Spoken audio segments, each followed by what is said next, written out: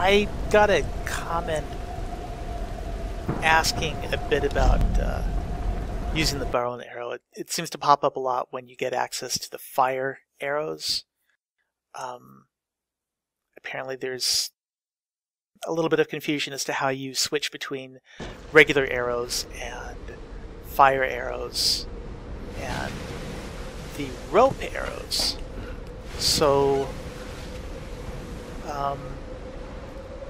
I had thought that there might be some opportunities for violence down below,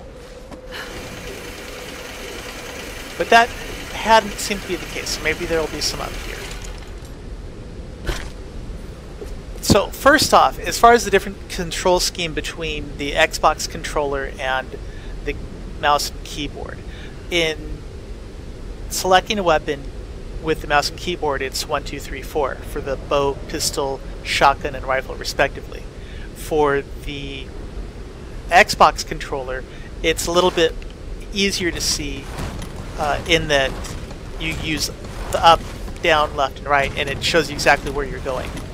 The reason why I'm cycling the ammo is to keep the image up. So indeed, as you notice while I'm doing that, it cycles the icon next to the bow, as well as the bow flashing in and out. So with the up arrows that you see now in the upper right hand corner underneath the ammo count, that's your regular arrows. If you want to go to the fire arrow, assuming you have all of the ammo types unlocked, if you select the bow again, it switches to fire, and then that's either fire or fire with napalm depending on your bow upgrades. You do it again, you get access to your explosive arrows. And notice that there is a different ammo count for the explosive arrows versus your regular and fire arrows. Those use a shared ammo pool, whereas your explosive arrows are out of your grenade pool, which is shared with your rifle. So switching between them is done like that. And if you want to shoot the bow using either the napalm, regular, or fire arrow, that's just your right mouse, your left mouse click or your right trigger. If you want to use the rope arrow, and I'm not sure that there's anyone anywhere around here to demonstrate it properly, the rope arrow is fired using the right shoulder key or the middle mouse button. I don't see anything that I can shoot at to lodge it into, but the difference in the icon is when you're aiming, it will create a three-pronged targeting reticle. I'm not really sure what would be a better way to express it. So there's not going to be anything in there to shoot. The difference in... Okay, there we go. So that is the reticle for the rope arrow.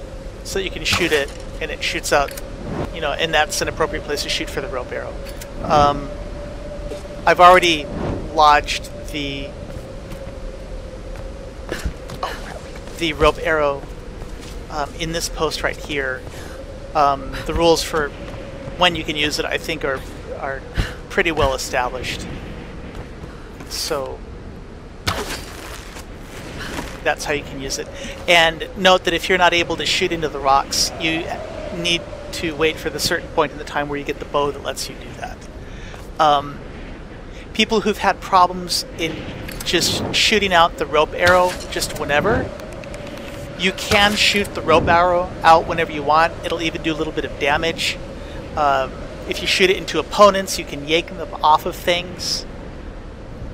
So you can use it tactically as well.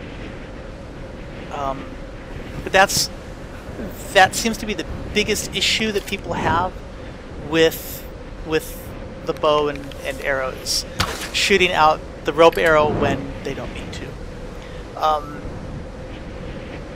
So it's a difference between the alternate fire and the alternate ammo. For example, with the shotgun, you have your choice of just shells, or you can also use incendiary shells, so that you can set things on fire instead. The alternate fire is still with the right mouse button. I'm sorry, the middle mouse button or the right shoulder button. It gives you a more compressed firing range. And if you notice the difference in the little pillar of fire for the alternate fire method, and if you even look at the concentration of pellets, it's rather small compared to a much larger one, and you can see that that pellet concentration is much larger. So that's the difference in those. With the rifle, the difference in ammo types isn't so much a difference in ammo type as you either have your choice of bullets that just fly out, or the silencer, which has a different sound, and if you notice there's a silencer next to the bullet icon up in the upper right hand corner. The alternate fire mode is the grenade, and let me point out now that I have 6 grenades at this point in time, and I have 6 explosive arrows. When I go back and I shoot off a grenade, I now have 5 grenades and only 5 explosive arrows. So that's what I was talking about before with the shared ammo type. With the pistol, your alternate fire. Well, let me talk first about the alternate ammo. Just like with the rifle, your alternate ammo type is either bullets or silenced bullets. The alternate fire method is the burst of bullets. And again, if you don't have access to all of these, it's because these are indeed individual upgrades that you get either through storyline or through spending salvage to get them. So, I'm sorry I don't really have anyone to shoot or kill for you. But I hope that this information is helpful. One other thing that I do want to point out is, so here with the pistol, look at where I'm aiming. I'm aiming obviously at the center of the screen, but right where the rope hits the rocky face over there. As I shoot, there's some drift and some give in the pistol firing. If I use the alternate firing mode, let me do that with a full clip. Your aim drifts a lot. You're going to experience the same thing with the rifle.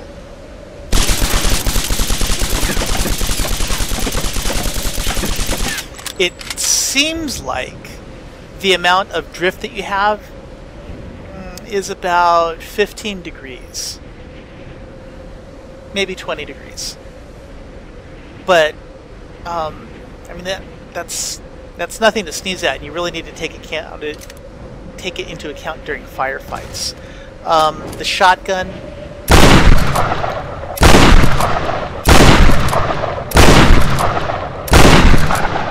again, there's that drift, and it's also very apparent, and only after one shot.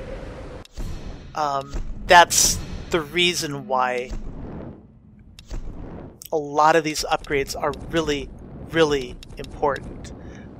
For example, the padded grip, reduced weapon kick, wrapped stock, reduced weapon, steadies the weapon more, so you don't have as much kick.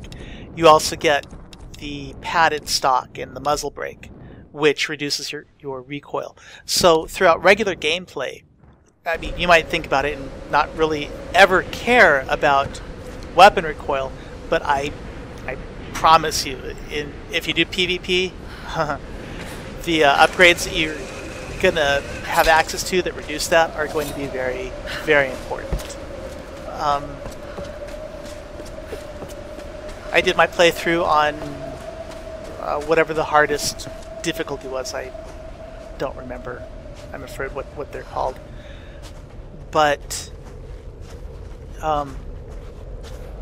if you keep your bursts controlled enough, it's not ever really an issue. The other thing that I wanted to look at in this, in making this video, is this is the first one that I'm making after the update to the TressFX, which messes with her hair. Let me equip her pistol so that you can get better access to it. One thing that I noticed a lot throughout my play is that her hair sat like on a cushion of air a lot of the time. A lot of commenters said that the hair like flew all over the place, like she was in a salon or a Vidal Sassoon commercial, and it was silly and whatever. And that wasn't ever really what bothered me. It was that as she would look around, her hair would ride on a curtain of air. Let me see if I can find it being visible. You can kind of see it like right there. That one tress that was, you know, a couple of inches off of her hair. That to me is, you know, was really, really egregious. But before the update, it was much worse. Anyway, so I hope that if you had questions about how to use the different alternate firing methods, I've been able to address that for you. Again, it's left mouse key or right trigger to shoot your basic shot, and the right shoulder button or middle mouse key to do the alternate fire method. And then to switch ammo types, you select the weapon multiple times in iterated succession.